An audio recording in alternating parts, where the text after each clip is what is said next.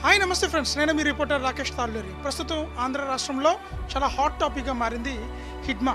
అయితే హిడ్మాది నిజంగా ఎన్కౌంటర్ అయినా లేదా హిడ్మా దొరికిన తర్వాత ఏమైనా మారేడుమిల్లి తీసుకెళ్ళి అక్కడ ఏమైనా ఎన్కౌంటర్ చేశారా అనేది ప్రజా సంఘాల్లోని ఉన్న అనుమానం.